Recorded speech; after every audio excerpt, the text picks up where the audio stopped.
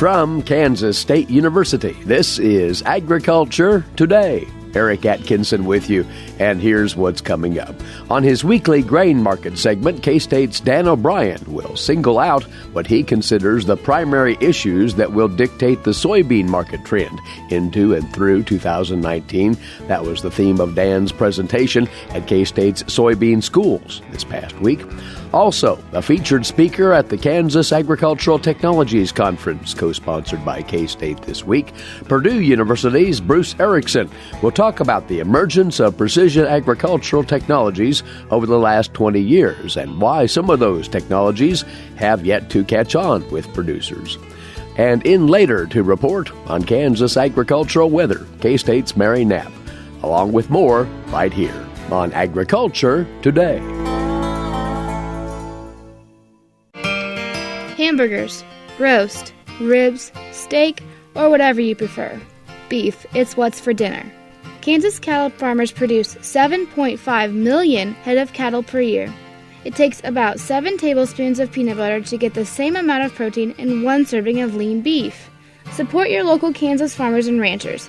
Eat beef. This message was brought to you by the K-State Animal Sciences Leadership Academy participants.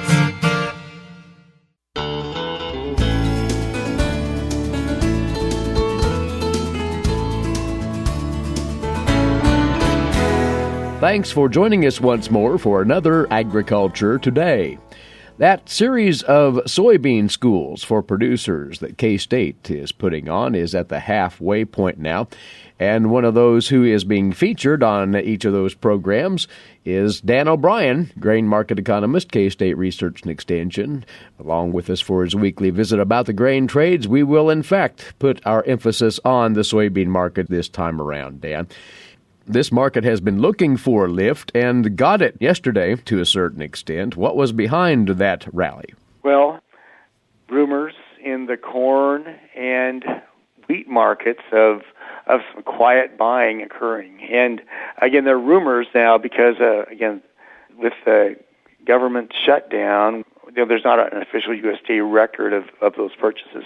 So I'm not banging the drum one way or the other in a shutdown, but it does kind of bring to mind, and it did strike a tone with the soybean audiences as we were talking about these issues that, gosh, back in 1973 when the Russians came in and bought a whole bunch of wheat in a very quiet manner, and we woke up one morning and gosh, they'd bought a good chunk of exportable U.S. wheat supplies, that they had instituted those market reporting rules and regs to try to make sure that everybody was informed so that a country couldn't come in quietly, buy a whole bunch of grain at a price that it would lower than it would otherwise have to pay if everybody knew what was going on. So in the interest of good market reporting and full information, we instituted those USDA rules, regs, and reporting requirements. So now we hear of rumors of these things happening in other markets and apparently, from what I've read, having a spillover effect from the corn and wheat over onto the soybean market. So when we do see the government reopen and the USDA Foreign Ag Service does put out their first export report, it'll be really, really interesting to see what happened in the corn, grain, sorghum, soybean, and wheat markets in terms of any forward purchases that happened. So it sounds like we have seen some purchases. Japan, China, of course, reported to have done some purchasing, and with that, you're seeing the provision of some support for the market. So I think as we were addressing these things, discussing that at the soybean schools this week, and also at the Ag Day down in Wellington for Sumner County, lots of concern on the part of soybean producers, really all crop producers, about the current level of prices, and not any despair or panic at all by any stretch, but still concerned that at prices for soybeans around $8, again high sevens up into the eights, still we're at best with good yields we're near break even, and if we don't have really, really good yields, the spread fixed costs over, we'd be below break even. So there you have it, just low prices, heightening concerns, and a soybean market of not covering costs. And corn prices, to talk about that a little bit, if corn prices are, say, $3.30, $3.40, $3.50, $3.60, full economic cost on corn is probably 75 cents to $1 higher than that based on our budgets. Again, unless we just have wonderful yields. Well, in your presentation at the aforementioned soybean schools, you covered quite a few contingencies that may sway the soybean trade. One of those that isn't talked up as much as other factors, the potential for a hike in interest rates and whether that would have some influence on the soybean export market and therefore on prices. Yes, if we were looking for a positive factor coming out of the financial markets to help soybeans, we'd be looking for interest rates to drop. But the U.S. Federal Reserve is concerned about inflation igniting, especially with strong performance in the second and third quarters of this year. So they've been gently, quietly raising interest rates. I don't know if I should say quietly, but they have been consistently and slowly, incrementally raising them. In agriculture, we are affected by high interest rates in a number of ways. In the grain markets, if people that buy grain and hold grain inventories for usage, for export shipments, whatever, if they have to pay higher interest rates and it's more expensive for them, in their overall business operations to buy grain, and that's a negative in terms of them not being as willing to come to the market and buy up quantity. So it puts us more of a hand-to-mouth situation and hurts the grain markets. At the point of the seller of grain trying to interact with the buyer, and also, of course, higher value of interest rates tends to lead to a higher value of the dollar, which, as we've talked about quite a bit, Eric, in the past, that's also a negative for U.S. Grain exports in general and soybean exports in particular. Another tangible, though, and you touched upon it earlier, is this still unanswered question, and we won't get the answer for a while, on whether corn will take acreage from soybeans or vice versa this year. And you are talking with producers at these schools about what will guide that. I think there's an interaction between the southern hemisphere and the northern hemisphere. In terms of what the answer to that question will be, they've had dry conditions in some significant, sizable growing regions in Brazil, too wet conditions in part of Argentina. Crop prospects are in the process of being ratcheted back. Latest numbers looks like about 10% or so than the crop prospects for soybeans, and they're not even all the way through that, I guess the process of figuring out just what their damage is, but they're already scaling back. Their thoughts, again, 120, 125 million metric tons is kind of what you hear that was being talked about, and now we're about 10 million metric tons less than that. And again, we really don't know where it's going to end up. So that's in play, and that's affecting soybeans heading towards harvest. Down in Brazil in particular, the latter part of their first crop, corn, is probably being affected by this. A lot of that first crop being affected will go into domestic usage. The second part of that, their second corn crop, is the process of being planted right now. So if drought persists, you could hit the latter part of down in Brazil. You could hurt the last part of the first crop corn, and who knows what impact you'd have on the second crop. So how does that come into play for the U.S.? Well, again, it's a factor that's really kind of a wild card for us. If drought lowers exportable supplies of soybeans and potential exportable supplies of corn, and we would know about that with much more knowledge, much more surety about March or April. Give us 30 to 60 days. And you could have that type of pressure coming into and supporting corn and soybean prices in March and April and heading off into May. And then we just have to see how farmers would respond to higher prices for both those crops than they've been used to seeing all winter long. Again, the initial projections starting last fall was that, lower soybean prices will lead us to as much as 6.5, 7 million acres less soybeans and about 3 or 4 million acres more corn. Well, we now have, again, South American crop problems, U.S.-China trade negotiations, which may or may not end up to be positive. We shall see. We'll know that by March 1st. That's the deadline. And also you've got the market facilitation payment of $1.65 a bushel on 2018 production given to soybean producers. So the combination of those three things, again, if you lay all those on the table and you ask, will soybean producers still cut back 6.5 million acres with those type of factors that would tend to probably encourage them to plant more soybean acres than maybe they were figuring on doing when they came out of harvest of 2018. And one further talking point, again, addressed in your presentation at these schools, Dan, and you took a very close look at current soybean basis levels in Kansas, and they are well off of the recent pace, which is a bit of an unsettling thing. Yeah.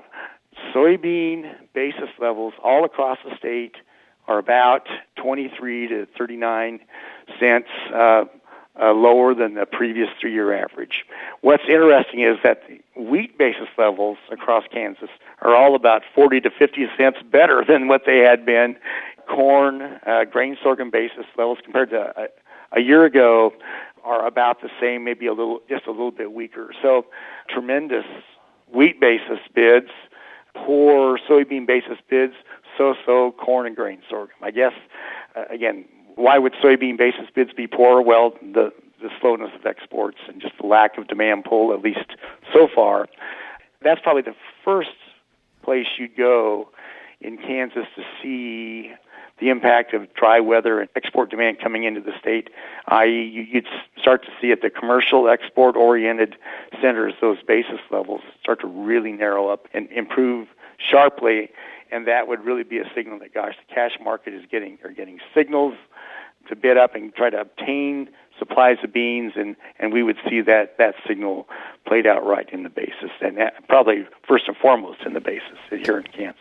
Well, Dan, you'll be right back on the road next week for another quartet of these soybean schools, which will take place in western Kansas, in Hugoton, Scott City, Hoxie, and Great Bend next week.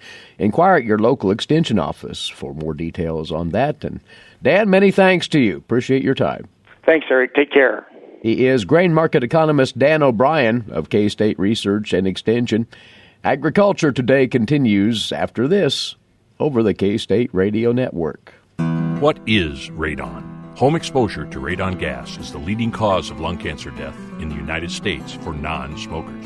In Kansas, 1 in 4 homes will test at or above the EPA action level. The Surgeon General recommends all homes be tested and fixed if necessary. Visit kansasradonprogram.org for more information. Test, fix, save a life. This message brought to you by the Kansas Radon Program, the Kansas Association of Broadcasters, and this station.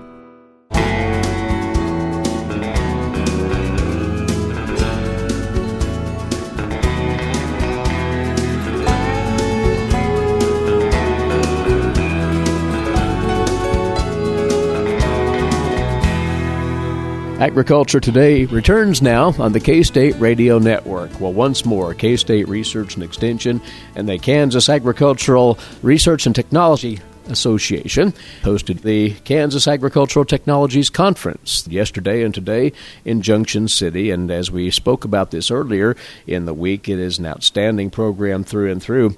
One of the presenters is with us now, and he took on the topic of learning from 2 decades of precision agriculture, what's working, what's not, and why. He is from Purdue University, an agronomist there, Bruce Erickson. Bruce, welcome, and give us a bit of background on you and your involvement with precision agricultural technologies, if you would. Well, I'm very pleased to be here at CARTA, and it looks like a great group. I'm giving my presentation here soon. And my background is previous Iowa farm kid, previously worked for Pioneer, been at Purdue for 22 years, and so have been involved in this precision business from really the beginning of our current era of precision agriculture. And so one of the things that I do, and I work with colleagues around the country, Terry Griffin is one of those people that I work with, is that we're very interested in the adoption of precision technologies, not only in Indiana and Kansas, but all over the world. And why are certain farmers adopting certain practices, and why are certain farmers not doing certain things? And it varies widely. And part of the reason that that's of interest to us is that if you're thinking about adopting a certain technology, or if you're venture capital and thinking of investing in a company, that's of intense interest to you from a big financial standpoint as to why certain things have been working and why certain things have not been. Well, you look at the past timeline of technologies as they've risen to the surface, and you go back to the light bars. That's probably one of the early technologies, isn't it? Yes, like in the mid-1990s when a lot of our, I guess what I'd call the modern era of precision agriculture got going, and that light bars weren't really the first thing. It was more grid soil sampling and yield monitors came in there, as you know. And there was such intense excitement then about precision agriculture, and it looked like we were going to be ushering in a whole new way of farming. And in some ways, we did usher in a new way, but in other ways, many of those technologies didn't pan out so well, and we didn't adopt them. And so, like you mentioned, the light bars were soon to come shortly after that, within, close to 2000. And then guidance came in, auto guidance, automated steering, and then section controllers on sprayers and planter shutoffs. And all of those are what we would call automated technologies that do their thing even without human intervention and without any information about the field. If we need guidance, all we need is a satellite signal, and that implement is going to be going back and forth across the field. It doesn't care about the soil type or the nutrient content in the field.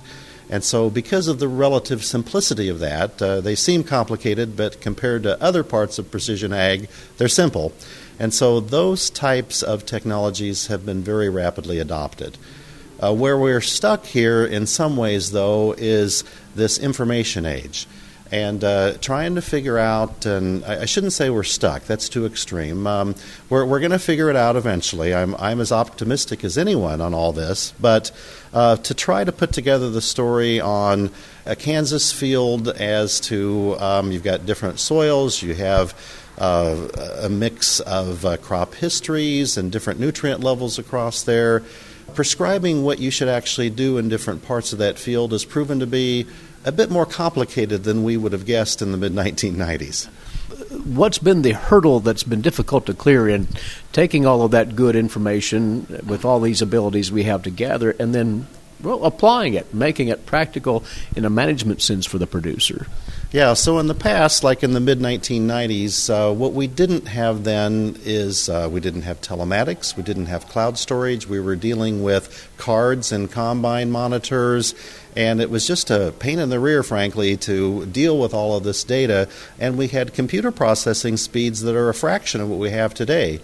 Now we have all those tools in place, and anyone that has an email account or gets text messages knows that they are flooded by information every day. But, where's the knowledge that comes from that? And so that's sort of where the impediment right now is, that the information is flowing. It's just the challenge is to try to sort and sift through it all to find the insights and all of that. And that's been slower coming than we thought it would, mainly because crop fields are what I call a biological production system, and it's not like in a chemistry lab where you can mix two chemicals together and always have the same outcome. Every farmer knows that every year it's a different outcome. And trying to prescribe the recipe for success has been more complicated than we thought it would be. So with that, the situation, what are you suggesting or recommending to producers, to technology providers, everybody with a stake in this game, in as far as trying to get to that objective of sorting out that information and making it work for the grower? Okay, so that's a great question. You've got lots of great questions here, Eric. So I think the thing that I would recommend to a producer is even maybe with some of the frustrations of maybe all of the information and sorting through it all, is to be in the game. To start working with it. A number of producers are using a data service provider, whether it's their local input provider, co-op, or a national company that they're working with. There is some good information that they're providing there. We haven't found it to be the total answer yet that we're really looking for, but collect the information at least and be in the game. That would be my thought. And it's easy to be bedazzled by some of this technology and then commit to it and then find out maybe it doesn't work. So be willing to be flexible in your decisions on adoption, on utilization of the technology. I mean, it's even though we're somewhat disappointed in the insights that we're getting, it's still worth doing, we feel. And so be thoughtful about it and be nimble about it and be willing to look at things in a different way. As you, Bruce, would look at it, the next technologies on the horizon, and, well, some that may be here today and not widely adopted. There's a presentation in this program on autonomous tractors and like technology. Is that the next big leap forward? Well, some of us that work in precision agriculture, I guess we're kind of bedazzled by the shiny object that you see on the horizon, and I'm as guilty of that as anyone. And farmers in their nature are always looking for opportunities, and they're good with working with things, and so, but sometimes we do get too caught up in the shiny thing in the future. And one of the, I guess, examples of that currently is our fascination with drones. And I'm not saying that they're not a good thing. I think that they can provide very good information, but we've maybe been too enamored with the fun of flying them and those types of things. So looking to the future was what your question was, and I need to get to that here soon, I know. So many people are talking automation, and we know that labor on the farm is always a tough issue. It's hard to find people, and from a Kansas perspective, and mainly broadacre field crops in the state, as compared to a California situation where you have small fields and lots of labor. I mean, they're even more concerned about it in those areas. But if we can, automate certain things, there's already a lot of automation. If you look around society right now, there's all kinds of automation that we don't even think about. But I guess I see that continuing the pace, and we're going to continue to have more automation as time goes on. And lastly, it is important for producers and others, as you say, to be aware of what's available, be engaged in the technology, at least in learning about it. Forums like this Technologies Conference certainly lend to that kind of opportunity, don't they? Oh, yeah. What's interesting with me is that, I'm 59 years old and have been in this game most of my career, and I get so frustrated. It seems like every day I hear of something new or a company working in this space or some kind of a new technology that I've never heard of before. And it's troubling to think that you're on top of this, and when you realize, maybe it's the old adage, the older you get, the more you realize what you don't know. And so I'm continually mystified by that factor. There's so much to know. And the only solace I have in that is just to keep chipping away at it every day. Bruce, it's been a pleasure to visit with you, and looking forward to your presentation at the conference later on. Thank you for sharing your thoughts on this key matter with regard to precision technologies. Oh, very pleased to be here. He's Bruce Erickson. He is one of the presenters at the Precision Agricultural Technologies Conference, co-sponsored by K-State. Bruce is a longtime agronomist at Purdue University with deep experience in the adoption and function of our precision agricultural technologies. We'll be back with more. You're listening to Agriculture Today.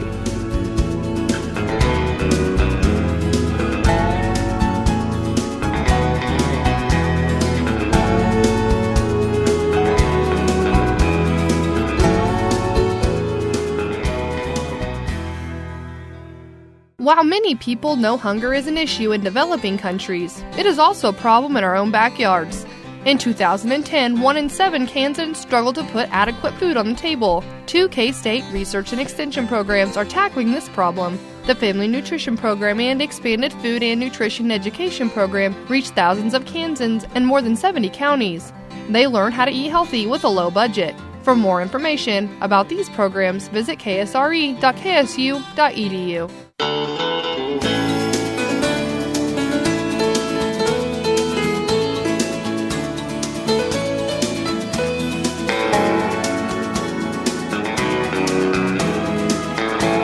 You're listening to Agriculture Today over the K-State Radio Network. Eric Atkinson with you. And yes, it is the cold and flu season, so please bear with yours truly now as we forge into today's agricultural news headlines, courtesy in part of DTN. Representatives for European agriculture insist that Europe will be open to more agricultural products from the U.S., even as the European Union has omitted agriculture from its priority items in negotiating the cross-Atlantic trade deal. Agricultural representatives from the EU spoke earlier this week at the American Farm Bureau Federation annual meeting in New Orleans. The officials and the Trump administration are starting trade talks, but they already have different views on how to treat agriculture. The U.S. Trade Representative's office last week included language on agriculture to, quoting here, secure comprehensive market access for U.S. agricultural goods in the EU and reducing or eliminating tariffs, as well as establishing specific commitments for trade in products developed through agricultural biotechnologies. Now, that statement came just a couple of days after European Union Trade Commissioner Cecilia Malmström said that agriculture was not on the table. Senate Finance Committee Chairman Charles Grassley told Malmström last week that a trade deal will not get through the U.S. Senate if agriculture is not included. Counselor on Agriculture with the EU, Jesus Zorrilla, said at the Farm Bureau Forum that agricultural products were excluded from the talks to streamline the focus on industrial products and automobiles. The U.S.-EU trade relationship is worth more than $672 billion as of 2018, but the U.S. also had a $139 billion trade deficit, according to U.S. Census data. In agriculture, the U.S. trade deficit ran about $9 billion back in 2016. That was the last year of readily available numbers. Now, soybean sales to Europe rose last year after the summer talks between the president and EU officials. Europe bought 5.5 million metric tons of beans in the last marketing year ending on August 31st. That is, the last reported data before the government shutdown showed the EU buying just over 4 million metric tons in mid-December. That would be 3 times the volume the EU had purchased compared to the same time the year before.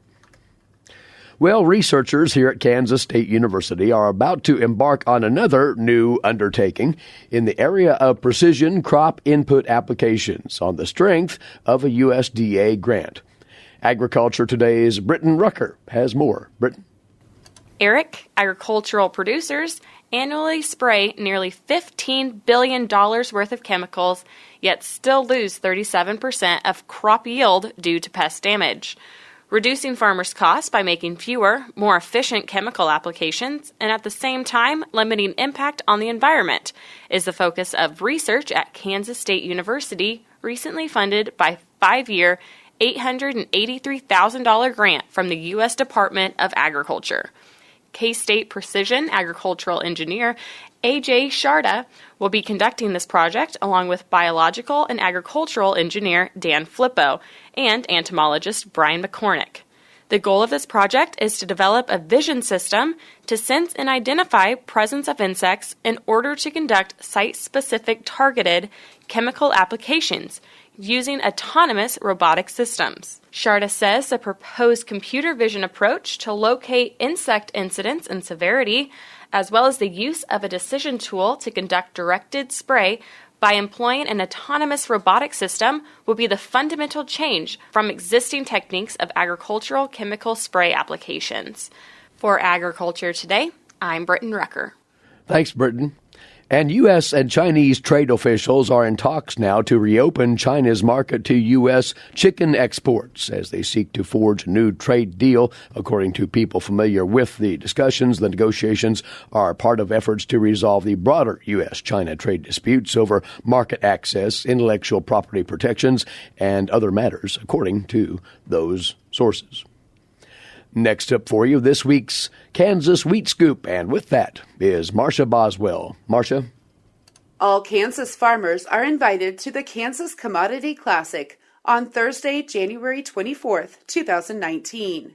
The Kansas Commodity Classic is the annual convention of Kansas's top crops, corn, wheat, grain sorghum, and soybeans, and will take place at the K-State Alumni Center in Manhattan, Kansas.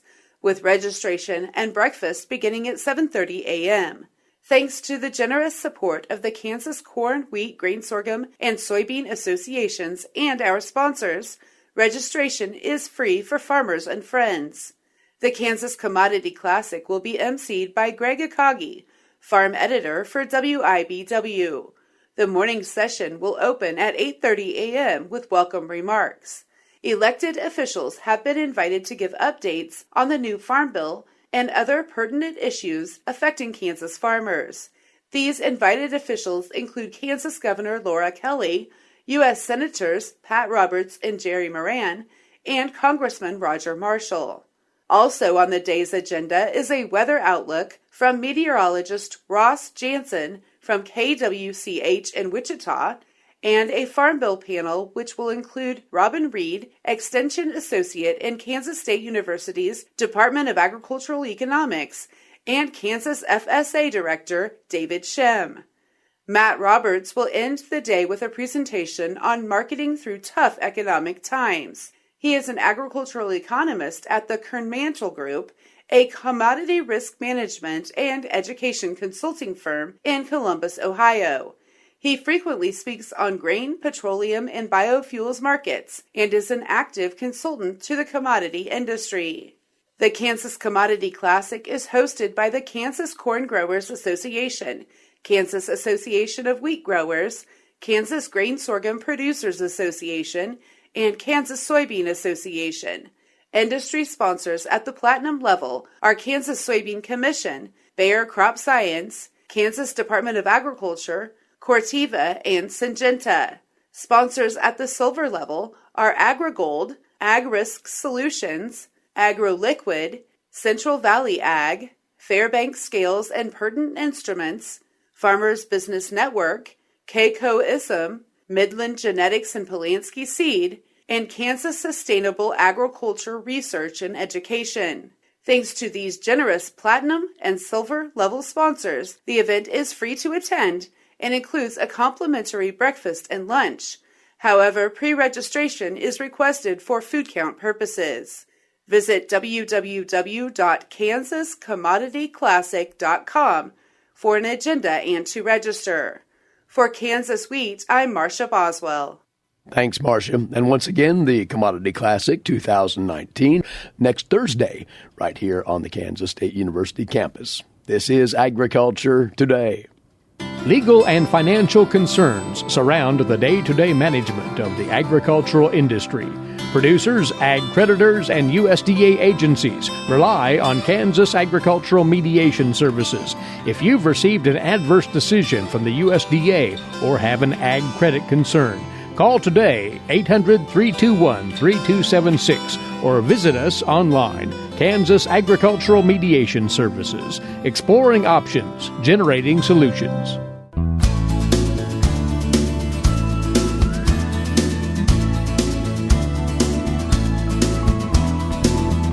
We're back now on Agriculture Today, and to close out this edition, Kansas agricultural weather and the latest from climatologist Mary Knapp, K-State Research and Extension, over from the Weather Data Library here at the university. Well, this past week, Mary, well, let's put it this way. Winter is well entrenched in the state. Yes, we had some interesting weather in this last week. A lot of snow came in. The temperatures were more moderate with that particular system. We did get down below freezing, but we weren't in single digits for the most part. The coldest low was 11 degrees up in the northwest, which again is cold, but it's not the coldest that we've seen. As far as the moisture goes, the liquid equivalent for the state averaged 69 hundredths of an inch, which is just under 5 times what we would normally see in a week of early January. That qualifies as wetter than normal. Yes, it does. And, of course, that puts our year-to-date wetter than normal in all divisions. Not quite as extreme because we did have some dry weather in that first week in January, but still 2.25 times what we would normally expect for January, and that keeps us in the wet pattern. We don't typically see a lot of moisture in January. An average week in northwest Kansas would be less than 1/4 inch. In the southeast, it's about 89/100ths of an inch. And that amount keeps increasing now as we move past the middle of January into the end of January, February. We're on the upward side of our precip trend, so we're going to be looking for more to keep us up at normal. It was warmer than normal statewide. We averaged 3 degrees warmer than normal. It was about less than 2.5 degrees warmer in the west and as much as 4 degrees warmer in the northeast in advance of that front. Following up, the Weather Data Library does track soil moisture readings in the state, and well, as most producers who have been slogging around in the muck lately will attest, that soil moisture level is in good shape. Right, and it's not only on the surface level, but we have soil moisture down to the 50-centimeter level, which is as deep as we measure that. And it's been kind of a combination not only of the soil moisture, but the fact that the soil temperatures have stayed above freezing or near freezing, which again translates to muck rather than frozen ground. In the west, where we've had some cooler temperatures, they've had more snow cover.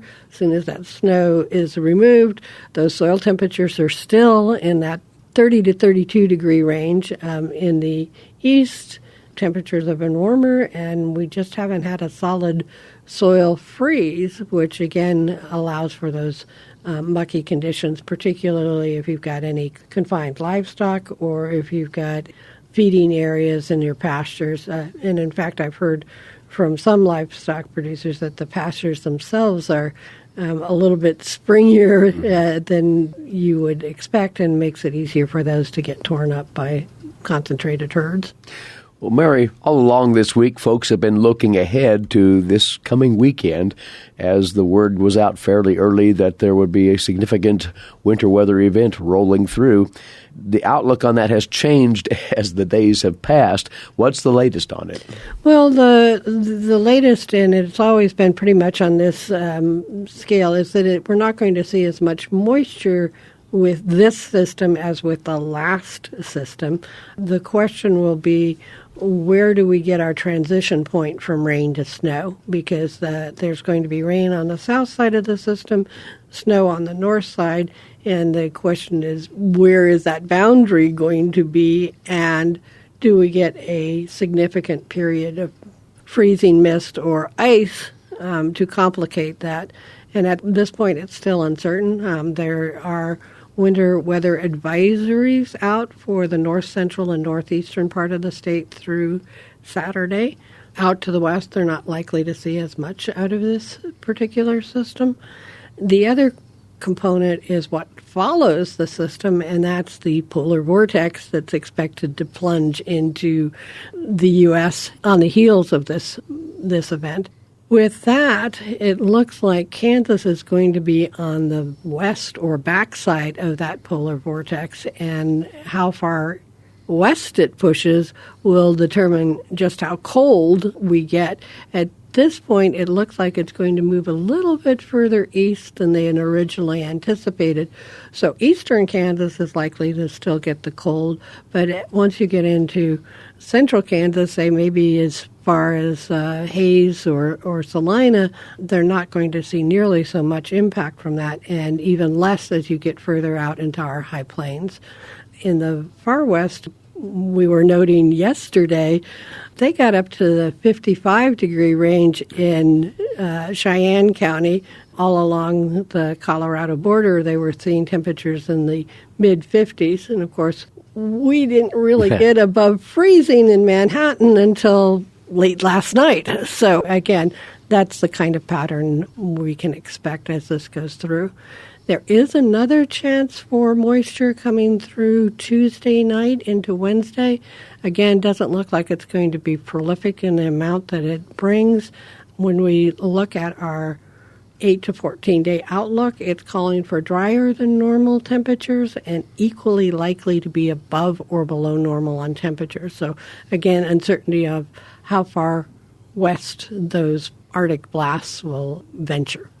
And we've just enough time to squeeze in the February outlook, which has been posted just a couple of days back. And what is it suggesting to us? Well, what it's suggesting to us is that we're going to be more on the neutral side on temperature. It's equally likely to be above or below normal. Again, looking at those Arctic incursions, which are difficult to project in advance. The interesting fact is that they do continue to favor wetter than normal in our western plains going into the Front Range of Colorado, and equal chances for moisture in the central and eastern part of the state. The West has missed out more on the moisture, so it would be welcome to bring those levels back up, stave off any reintroduction of drought. East, you need more moisture to keep it up, so that does not mean that we're going to not see anything. It's just that we're not likely to see excess, which again would be welcome news. Everybody bundle up this weekend. Mary, thanks. Thanks, Eric. Along with us each Friday, Mary Knapp, climatologist, K-State Research and Extension. And our time is, in fact, away for today and the week. Thanks for being along with us.